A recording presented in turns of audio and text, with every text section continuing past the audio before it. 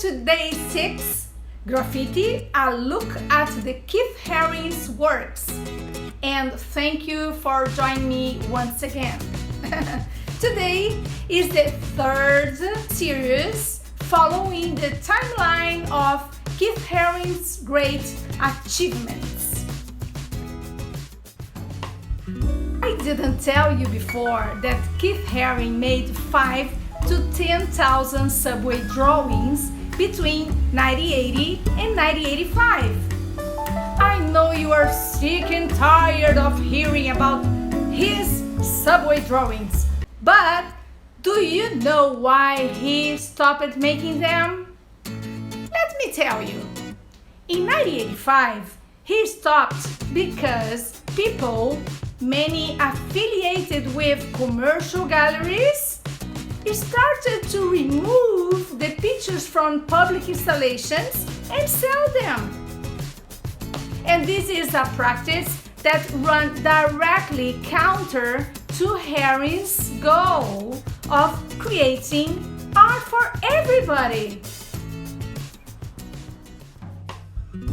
Still in 1984, Keith Haring was asked to design a logo for an anti-litter campaign by the New York City Department of Sanitation entitled "Don't Be a Litter Pig."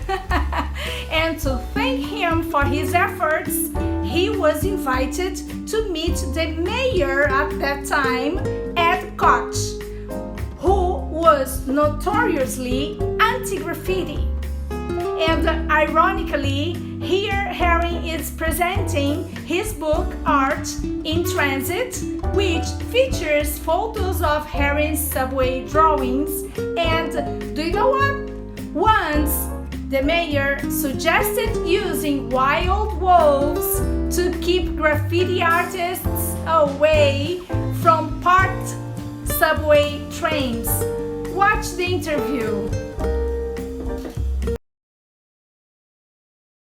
I'm the one who harped on changing or giving more effort to getting rid of graffiti, and I probably have told you the story about called in Ravitch, and I said, you got to do something about the graffiti, and I know what you got to do. You got to put a fence up where the cars are brought at night. Most of the cars are taken off the rails and brought into areas for safety. And I said there are no gates, and that's where the graffiti writers come in and write on the cars. So I said, put up a fence and put in dogs. Oh, dogs, they'll bite. I said, well, that's what dogs are supposed to do. I said, but if you don't want the dogs to bite, then put up 2 fences and have the dogs run between the 2 fences. What you want to do is keep the people out. And he said, well, but they might put their fingers through, or they might climb up and fall in, and the dogs will bite them. I said, if you're still concerned about that, then instead of dogs, put in wolves, because there is no recorded case of a wolf in the wild state ever attacking a human being in North America. It's happened elsewhere, but not in North America. And okay, so now I tell the story to the reporters, and Clyde Haberman comes in the next day, and he said, I checked your story at the library, and I found it's not totally true. This is Clyde Haberman. He said, it is true that no wolf in the wild has ever attacked a human being in North America, but domesticated wolves that people have attacked.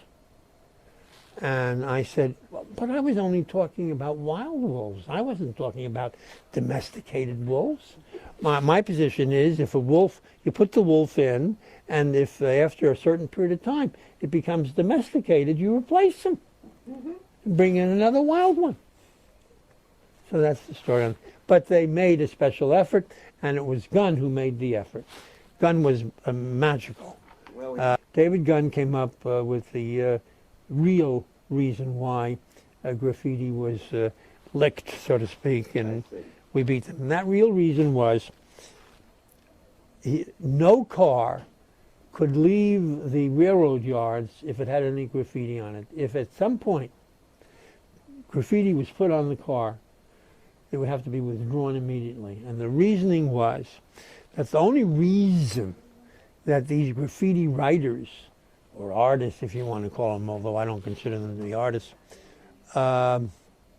did what they did was so they could see it. And if they didn't see it, they'd stop doing it. So by taking the car out of use immediately, that interrupted the situation to the point where the graffiti writers stopped doing what they did. So he, in my judgment, is the true hero, David Gunn. And it was all the graffiti was being done at the yards. Yeah, that's what we understood, for the most part. For the most part. And in the announcement of it, we have another picture here where you're there with graffiti behind you. The graffiti, I hated it so. Why'd you hate it so? Well, when you're in a subway, you're in a city where crime is, a major issue. And then you're down in the subway, it's even more an issue. It's oppressive. And when the whole subway system is covered with graffiti, it, for whatever reason, I don't know, psychologically, it causes you to be very fearful. And in fact, what happened was people stopped using the subway system. There was a huge fall off, and they went to the bus system, where there was a huge increase because they were afraid. And the truth also is that in terms of actual crime, the subway system was safer than the streets. But that's not the way people felt. They felt alone. They felt anxiety, and the graffiti added to it. But you also did something about the crime. Oh, yes. Or let me put it another way, the perception of crime. Well, we put cops at certain point on every subway car. I mean, that's very difficult to do. I mean, there's a limited number. I attacked it all the time, and I still get interviews on that. I said, sure. There, you got the one who's dead, those stick figures, I can't even remember his name. And there are other art. Who? Keith Haring? Yeah, yeah. But say it again, loud. Keith Haring? Haring, yeah. He became the most famous. And there's a movie that just came out about Banksy and the gift shop. I saw them all, and I understand. Exit through the gift shop. But it was so destructive of the city. I mean, they didn't have to be on our trains. They didn't have to be illegally on the buildings, destroying the buildings. We're happy to find spaces for them if they want outdoor spaces. But that's not what they wanted. They wanted to do it secretly, illegally. Look, I did that. But your feeling was that the impact it had on the public was to was scare awful. them. Was frightened the public, and just made the city look terrible, physically terrible. I mean, we asked people to cover up the graffiti that had been put on their buildings the next morning. It was done at night.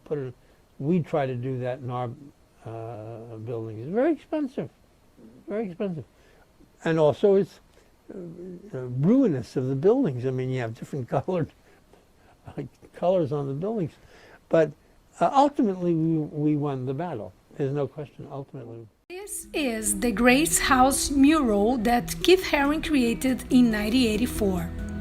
At the time, the Catholic Youth Center Grace House in New York was a home for Catholic teenagers. Haring completed the painting in one night and did not use preparatory sketches to guide his work. The mural, measuring about 85 meters wide, was sold at an auction held by Bunham's for the equivalent of $3.9 million. An anonymous person bought the piece by telephone. The final price of the hammer was a bit more than $6.6 million. This was the first Haring mural ever to come to auction. The mural, although cut in individual segments around 13 figures, was sold as one piece. Let's see at a glance how this removal process went.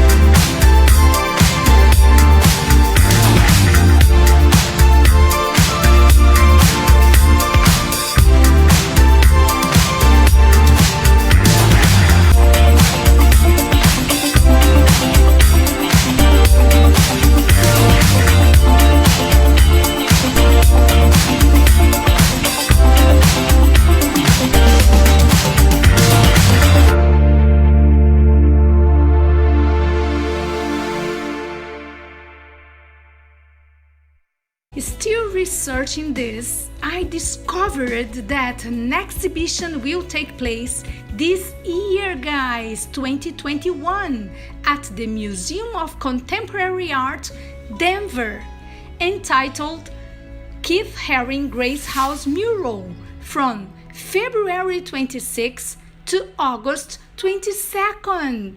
Wow! In 1985, this book, Nina's Book of Little Things, was created by Keith Haring himself as a gift for a friend's daughter on her 7th birthday. In it, the artist stimulates Nina's creativity, encouraging her to use the pages of the book to read, draw, sew, staple, anyway, whatever the imagination sends. And I found out that this book is used a lot for art projects in schools. And also it was translated in other languages such as Portuguese, Italian, German, French. Taking the opportunity of the subject about books, here are just 10 books that Keith Haring made, among so many others.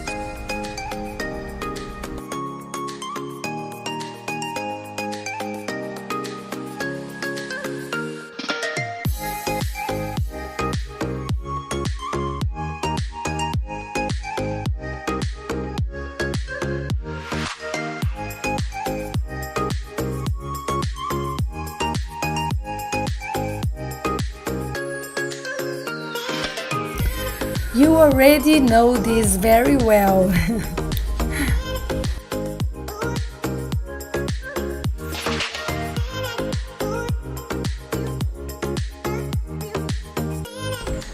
And now have fun with some flipbooks.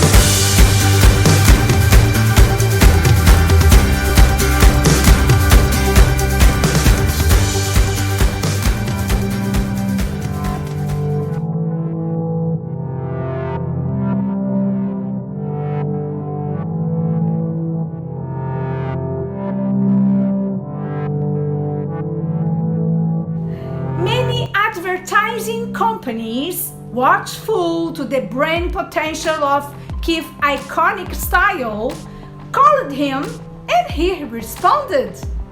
Let's take a look, starting from cars and a motorbike he painted.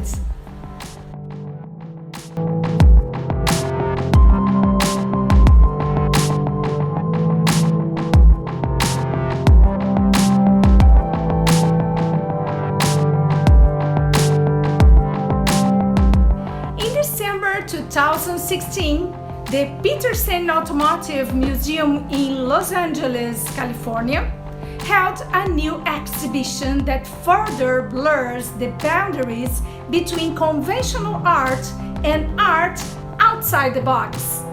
The Unconventional Canvases of Keith Haring is a 5-piece exhibition with each vehicle displaying the amazing strokes of the late artist. Let's take a look.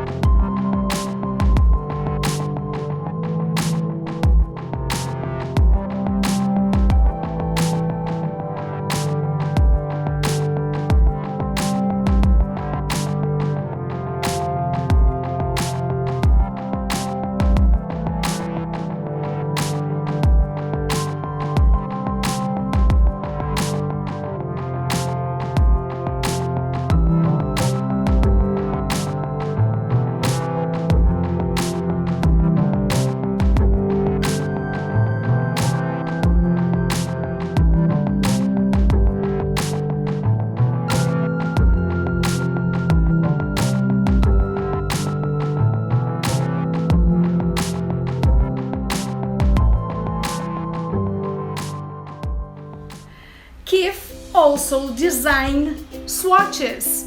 Haring and Swatch partnered on a limited series of watches in 1986, which are now among the most collectible Swatch watches ever made. Now, 35 years later, Swatch is once again working with Haring's foundation and has added a certain well-known cartoon mouse into the mix. These are sure to be collectible.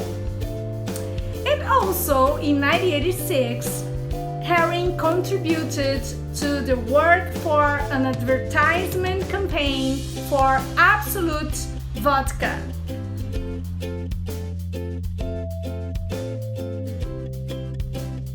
Andy Warhol became fascinated with the Haring phenomenon and befriended the young artist. In 1986, Haring followed Warhol into the world of commercial art when he was commissioned to do an advertisement for Absolute Vodka.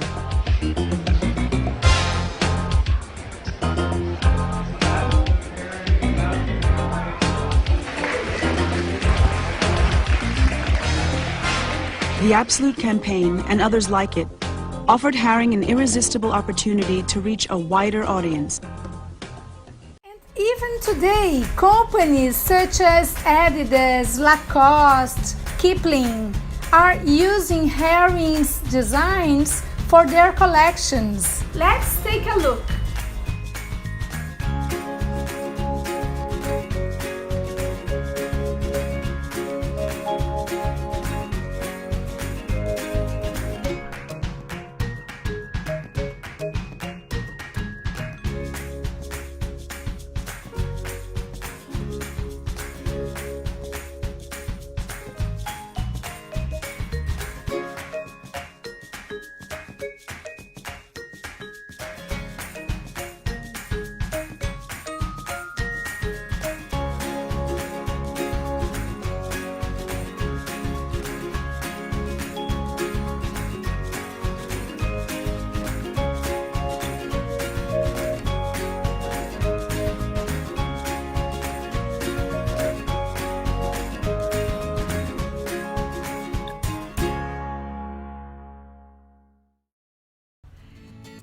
encouraged by Andy Warhol and to continue creating art for everybody, in 1986 he opened the Pop Shop in Soho, Manhattan, New York City.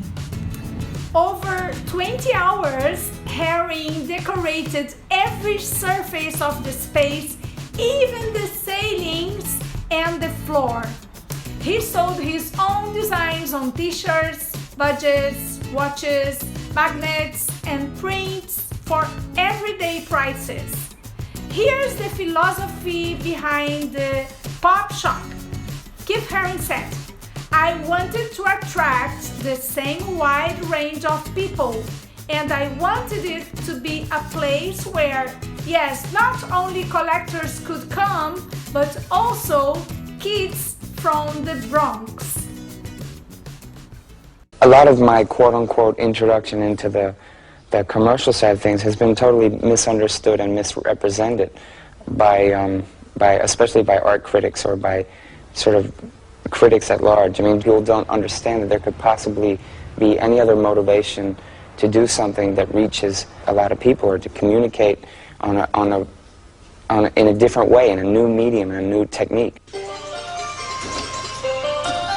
The mass appeal of Haring's images encouraged him to make his most ambitious step into the commercial world. In 1986, he opened a shop of his own. The Pop Shop opened in Lower Manhattan. A wide range of Haring merchandise became available to shoppers of every kind.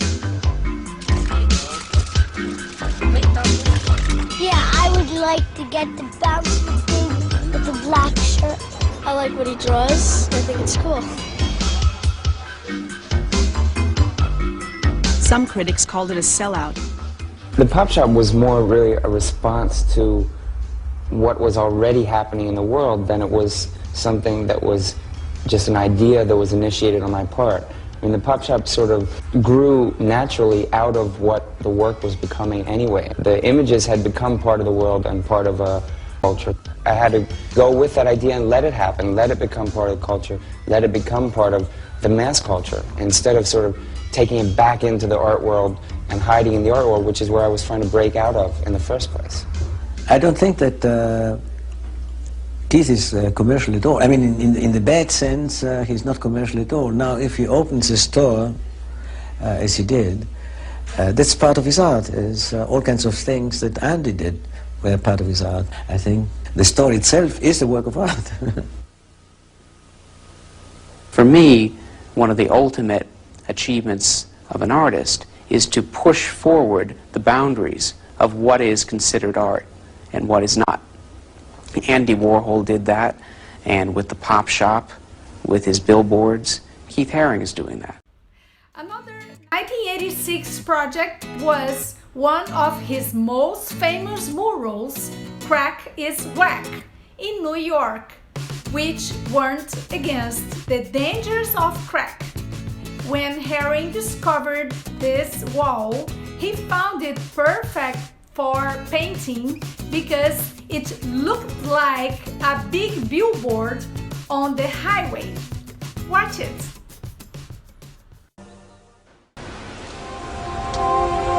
Haring deals with the issues of today. In the mid-'80s, the disaster of crack was invading the city. Haring's work spoke to people living on the fringes of society, to children, to minorities. As Haring gained their respect, he felt the responsibility to speak out on the issues that touched their lives. From a personal experience of a friend that had, gotten involved with crack and wanted to have help and couldn't get help and went to city hospitals, city agencies, kept getting turned away over and over, I became, really personally aware of how drastic the situation was at the time. And the thing that was needed most at that time was really public awareness to prevent other people from getting involved in it. Life is fresh, yes, you better believe it. A crack is whack, no, you don't need it. Life is fresh, yes, you better believe it. A crack is whack, no, you don't need it.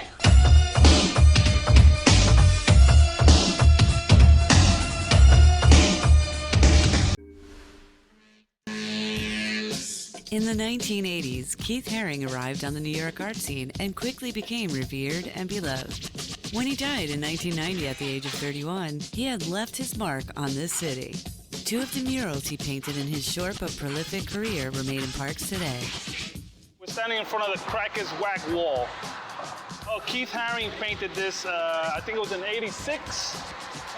He was a famous New York artist. He was born in Pennsylvania, but he was a very famous artist from New York City that made it really big. I met him in the early '80s through a personal trainer, and we used to hang out, go to clubs. I used to watch him work. It's not like you see him just do just a little line. He used to paint in a way that it looked crazy. It was crazy.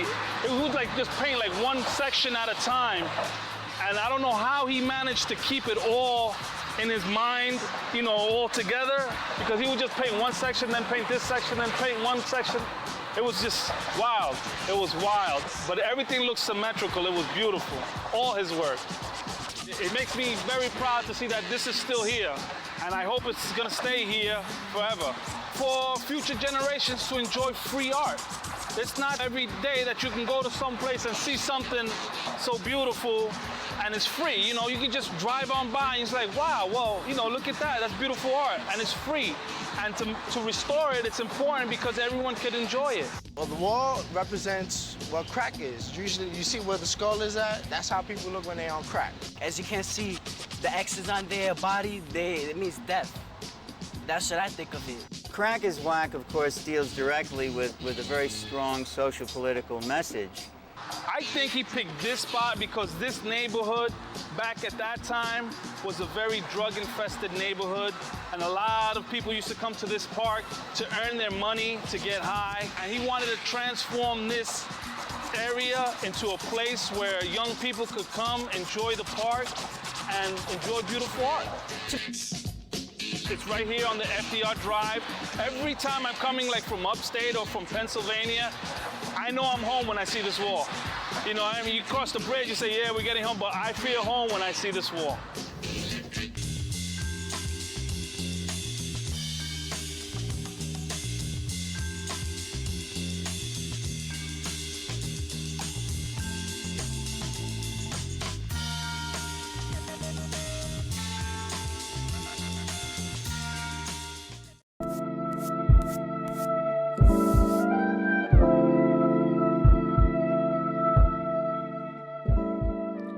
In East Harlem, New York, there was an empty handball court on 128th Street and 2nd Avenue. In 1986, Keith Haring decides to vandalize one of its walls. He did it in broad daylight, saying that when you have a van, ladders, and paint, policemen don't even consider asking whether you have any permission. They just assume you do. Yet, Haring ended up getting arrested after creating his mural and even risked jail time. But he got out by simply having to pay a small fine of $100. Why? Well, to answer that, we have to go back a couple of years earlier, at the beginning of the 80s, during the crack epidemic. Crack is a highly addictive form of cocaine which was extremely cheap, as it could be sold for $2.50 a rock and still be very profitable. The drug grew in popularity due to its low cost and its potency, and ended up increasing violent crime rates, especially in poor African American neighborhoods, Harlem being no exception. Keith Haring witnessed the effects of this drug through his assistant, Benny, who became addicted to it, which greatly impacted the artist. He said, inspired by Benny and appalled by what was happening in the country, but especially New York, and seeing the slow reaction as usual of the government to respond, I decided I had to do an anti-crack painting. This is why Keith Haring got away with illegally painting this mural. It gained public attention. Being a political statement, the media picked up on it and would show the mural when addressing crack-related issues. It became an icon of anti-drug awareness. Here's what Haring has to say about crack. Crack is a businessman's drug. It was invented to make someone profit. Smoking pot never made you go poor, and crack is completely different than the mind-expanding drugs like LSD or pot. It's the opposite of mind-expanding. Crack makes you subservient. Instead of opening your mind, it shuts it and makes you dependent on whoever's providing you with the drug. This is why the original Crack is Whack mural had a tied-up man hanging from his feet, delivered to a monster, devouring him. The Crack is Whack message appears in a cloud of smoke, which comes from a crack pipe. Money is being burned to show how crack, the businessman's drug, was designed to take money from drug addicts. Of course, there's also imagery of death as skulls are floating in the air, and an upside-down cross seems as if it's being tossed in the monster's mouth. Finally, there's the horse that could be a reference to the painting Guernica, an extremely political mural made by Picasso in 1937. If you are observant, you might have noticed how there are no modern pictures of this mural. The reason is that it got vandalized to become a pro-crack mural and was then painted over in gray. The city of New York then commissioned Haring to paint another mural, which is now the one you'd see on display. Though it was made in the same year and at the same location, it's quite different. The new mural has the same icons, the skull, the crack pipe, and the burning money, but all of those elements are combined in one figure, the dead man. The mural Crack is Whack is still interesting, not necessarily for its statement, as it is pretty well known that crack is bad. It's still relevant, not only as a historical reminder of the crack epidemic, but also because it's a display of how art can be accessible to anyone and how it can raise awareness to social problems.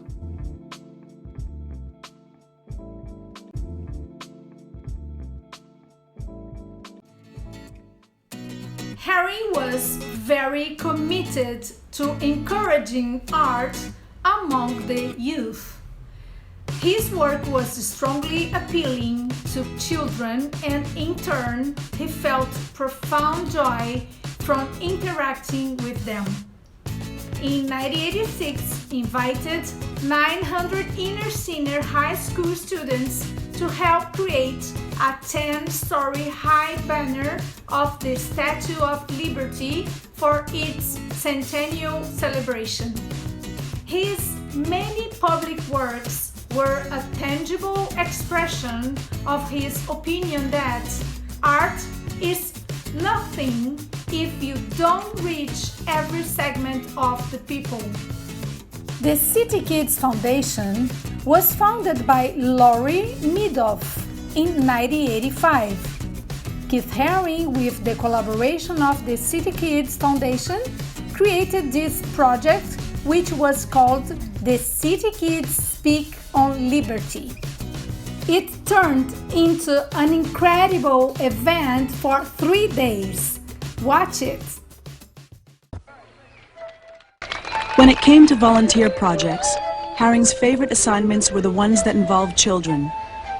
In a way, it's as important to maybe communicate to one person, to one 10-year-old person that's growing up, as it is to try to make any big effect on the entire world. He collaborated with 900 children to create a banner commemorating the 100th anniversary of the Statue of Liberty. The project began with Haring painting the giant 270-foot image, as always with no preliminary sketches or plans. If I see that something is the wrong scale or off to the side or something, it can totally change my idea of what I have to do to finish the piece and really make it work and make it work as a piece. So almost every piece is sort of an adventure or is an invention as you go. Haring spent 3 days with children of every age and social background. He encouraged them to draw their own interpretations of liberty. I think one of the things that attracted me to working with children the most is their honesty, really, and their degree of courage and just saying and seeing exactly what they feel.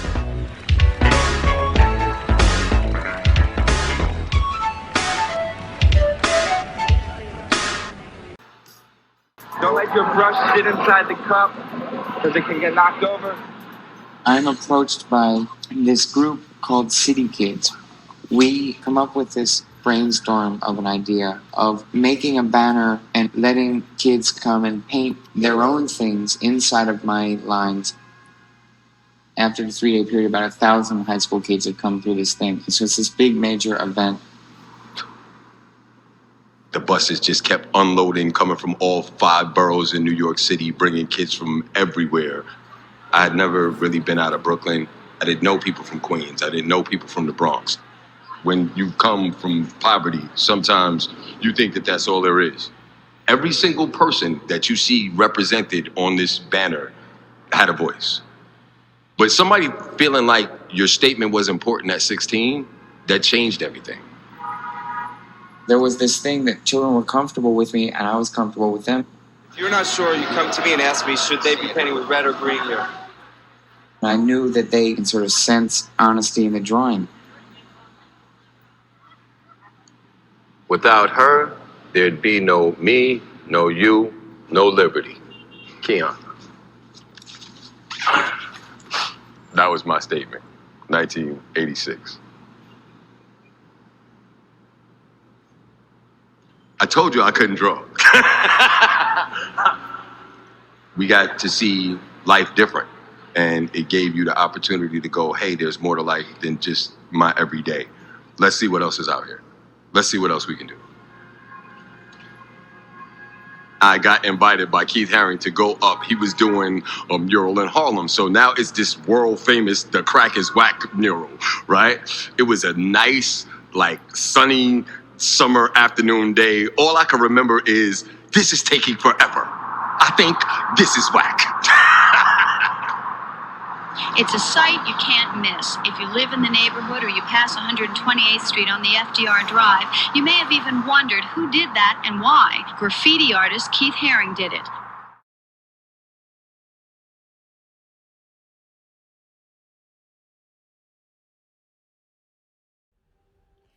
Haring expressed social messages and campaigns.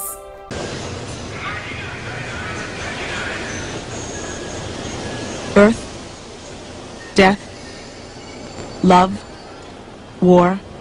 These simple, almost primitive images appeal to a wide range of people.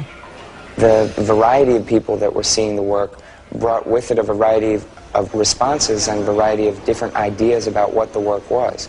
And so it sort of became the perfect environment or laboratory to work out all these ideas that I was discovering. Why would the dog be barking at the man at the Times Square station and worshipped as an idol at 14th Street? If there was a secret behind the subway drawings, it was semiotics, the theory of signs. At the School of Visual Arts, Haring studied semiotic theory and discovered that images can function like words. He uses images to create a language, like words in a sentence. The meaning of each symbol varies depending on how it is combined with other symbols. The drawings had become almost a vocabulary. There were flying saucers, there were pyramids, things like this glowing rod that sort of was an archetypal weapon. I mean, it was anything from the sword and the stone to Darth Vader's glowing rod. It sort of had this timeless, universal kind of thing where I was trying to, I think, use things that cut through all of culture and all of history.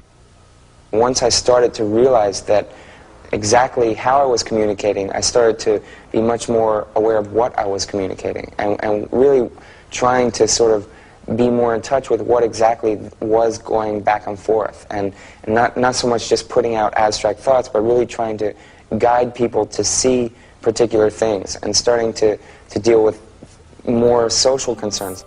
At the beginning of the decade, he made these anti-apartheid and anti-nuclear posters. This in 1982 and this one for the anti-nuclear demonstrations in the US during 1986, which illustrates the Great March for Peace in New York. Amsterdam! Haring visited the city for a solo exhibition at Stedelijk Museum Amsterdam in 1986. While there, he painted a colorful with stunning canvas in just one day using only spray paint, crowded with his emblematic figures for the interior of the museum, painting rapidly and rhythmically while moving over the canvas to the hip-hop playing in the background. Haring made quite a performance of it while photographers and journalists looked on. And this is the poster Keith created for the exhibition. But he also asked the curators if he could leave behind more public work, and he was offered a brick wall on the outside of the Stedelijk's Storage Museum. Over the course of a day, Haring painted a monumental hybrid creature, part dog, part fish, with one of the Haring signature figures riding the beast. While his work from that period was generally colorful, this mural was made of spare white lines of paint. And this huge mural, when the museum vacated the warehouse, the building was transformed into a cold storage unit, and the mural was covered with aluminum panels in 1989. And it was uncovered in October 2017 after almost 3 decades. Keith's work has been restored and it is on display again for everyone to enjoy.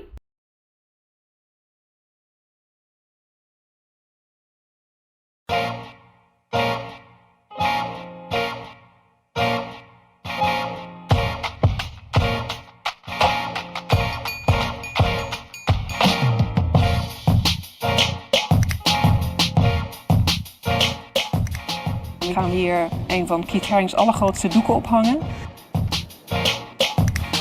Het is een doek van 12 bij 20 meter, echt een joekel van een doek. En behandeling was essentieel, dus of behandelen of niet hangen.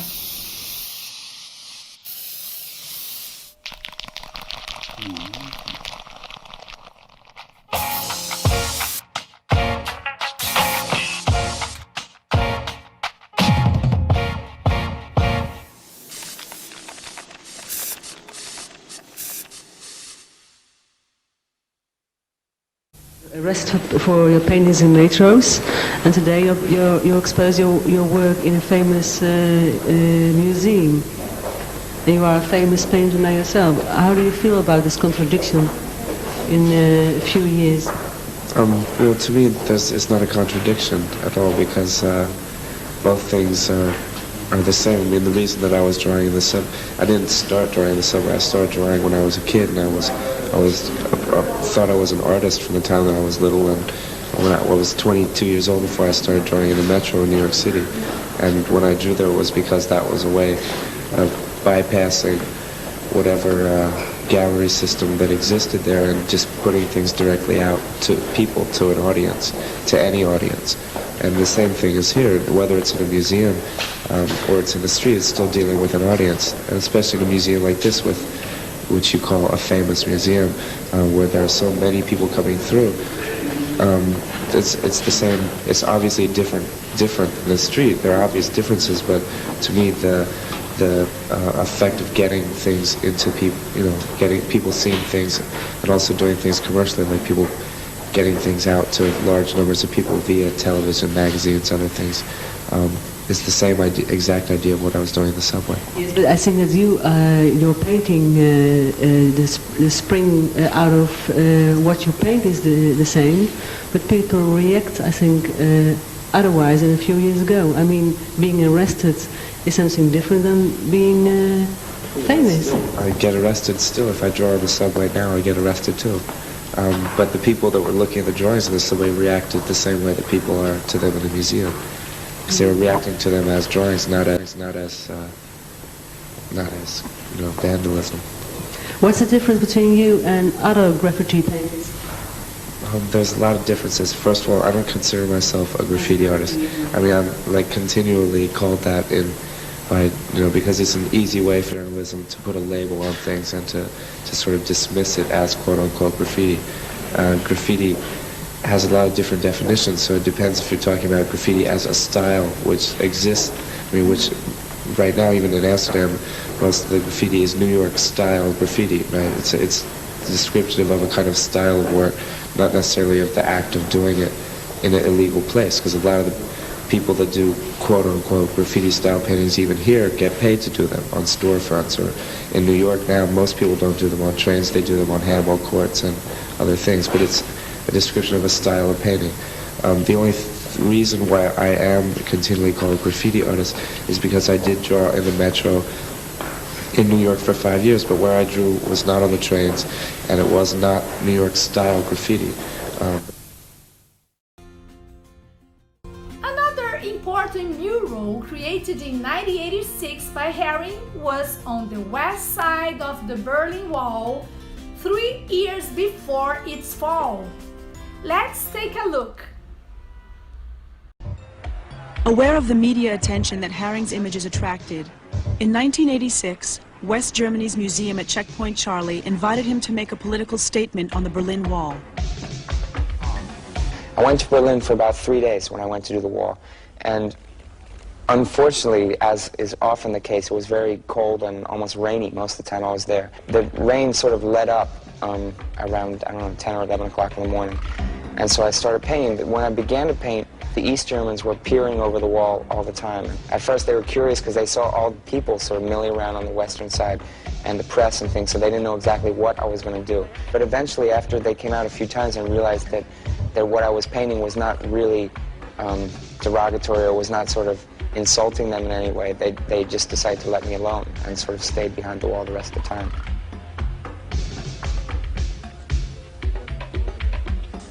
For me, the Berlin Wall was probably one of the most successful media event things I ever did. The whole reason almost for doing the wall was more for the idea of doing it, and almost as a gesture more than it was to actually paint a wall. I mean, there's a wall that represents the dividing of East and West and this lack of freedom and the conflict that's all over the world.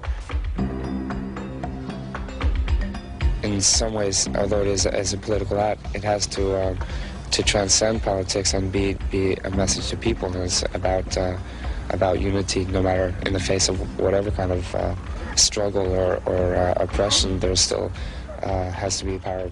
Important works done by Keith Haring in 1987. We the Youth, a mural created in 1987, is the only Keith Haring's collaborative public mural remaining intact and on its original site. In 2013, in collaboration of the Keith Haring Foundation, after months of wall repair and paint restoration, We the Youth has been returned to the Haring's original intent. Here the mural arts group that has restored We the Youth.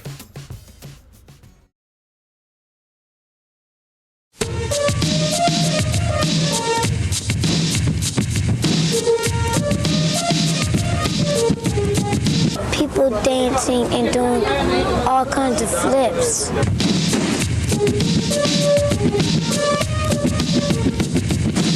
It was actually just a blank wall, you know, had no attraction to it.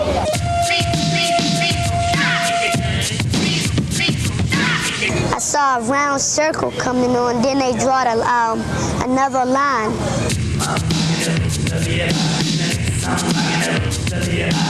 I see it as we the people. I mean, all colors, and it's a joyful, it's, you know, really spirited type of painting. Do it!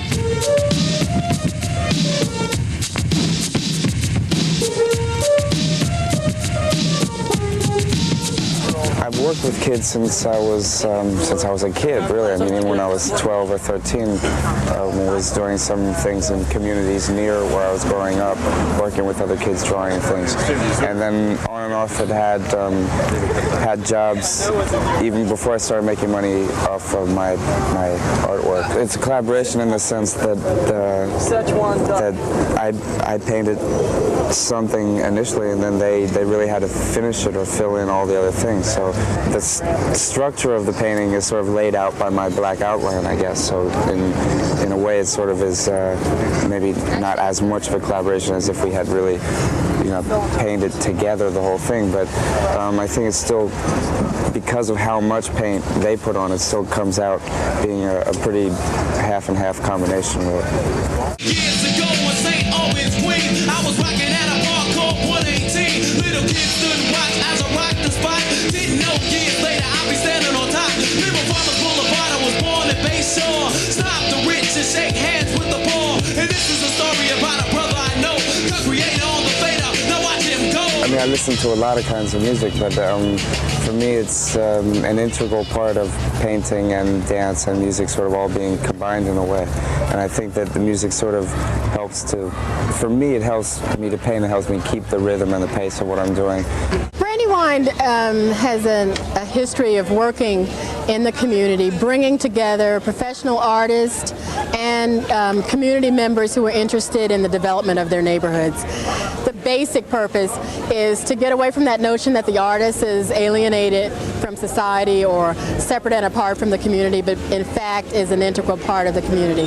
When you see young people working with professional artists on something that's constructive and that's meaningful, it sends a signal to those who say that there are only negative things to be said about young people. T-Bone!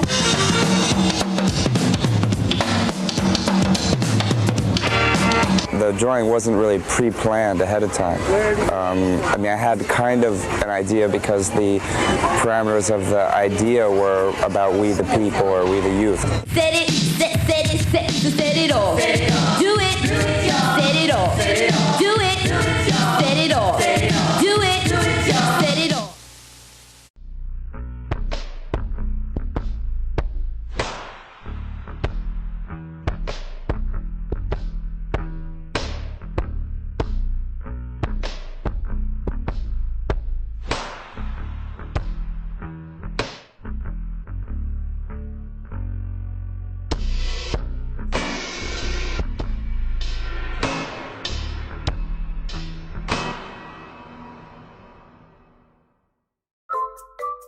In the Museum of Contemporary Art in Antwerp, Belgium, there is a mural that Keith Haring executed in the cafeteria, and it still exists.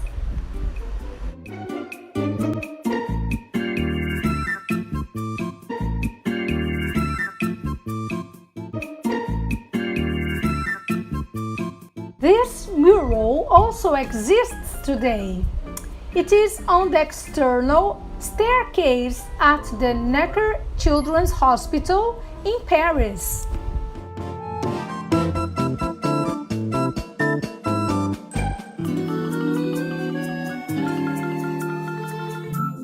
This permanent mural is at the City of New York Parks and Recreation public swimming pool. The mural was restored by the Haring's Foundation 10 years later. Watch it. One day, about 19 years ago, I had just finished teaching swimming to many children, and suddenly a guy came in with his entourage and set up a scaffold the entire length of the wall, and took a black paintbrush and free-handed started painting. And within about 20 minutes, completed the entire wall. I think when you look at this, you're looking at a work of fine art. And that means that it's connected to, wall painting since it started 40, 50,000 years ago. It's a very large mural. It stretches almost a city block, 170 feet long, 18 feet high, in his signature style. Simple, but not simplistic. The colors match perfect with the pool. And it does have to do with the pool a little bit because it looks like they're swimming in water. And it fits the enthusiasm and the swimming and the energy of this pool. You know, we have so many kids here. A lot of artists draw realistic things. I could see that he drew something fantasy. A fish was following one of the guys. When Keith created a public mural, such as the one right here, he wasn't particularly concerned with materials. He wasn't particularly concerned with longevity. And in fact, the longevity of this mural, which was painted in '87, as well as the Crack is Whack mural uptown, the fact that they endure to this day is thanks not only in part, but entirely to the Parks Department and the Keith Haring Foundation. I'm repainting this mural that Keith Haring painted. The wall really was not designed to be painted on. I mean, this is the back of a handball court. So you get bubbles, you get cracks, you get different events happening. Keith loved to do things spontaneously. Every artist does. A drawing is spontaneous, and one of the mandates of doing this repainting is to make sure that you preserve, as far as possible, the gestural sense of the line. So that requires a lot of attention and, you know, humility. Certainly with the work of Keith Haring, as you can see, this work is as alive and vibrant. It is entertaining, yes, and it is cartoony-ish, you know, but it's not really. A lot of artists over the centuries, like Goya, Picasso, various other people, have, you know, invested their talent in trying to deal with problems that affect humanity in a very basic way. And I think Keith was definitely, you know, trying to help young people. To be a public artist for Keith was really to enhance communities, to bring communities together, to beautify public areas, and to intervene with art in daily life.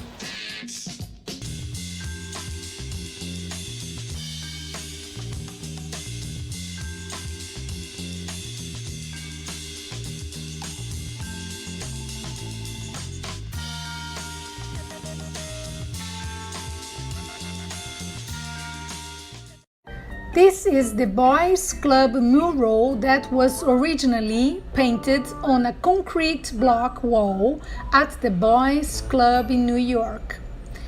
A community center intended to be a space where local boys could get together and participate in recreational activities.